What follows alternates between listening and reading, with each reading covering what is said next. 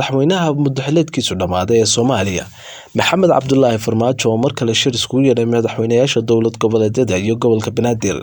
Madaxweynaha ayaa ugu baaqay in madaxda dowlad goboleedyada iyo gobolka Banaadir ay iskugu yimaadaan 22 Maarso 2021 shir looga hadlayo arrimaha doorashooyinka.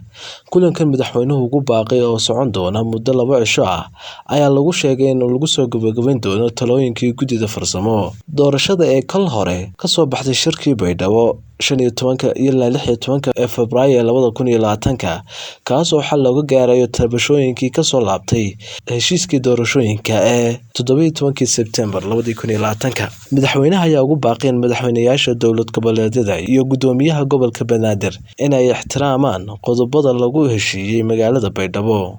Baaqa madaxweynaha ayaa imanaya xilli loo madlanaa shir ay isugu yeereen bulshada caalamka madaxda Soomaaliya oo lagu waday inuu ka dhaco xerada Xalane oo ay hadda ku sugan yihiin madaxweynayaasha dowlad goboleedyada Puntland iyo Jubbaland. Mukhtaar Carab, Somali Channel TV, Hargeysa.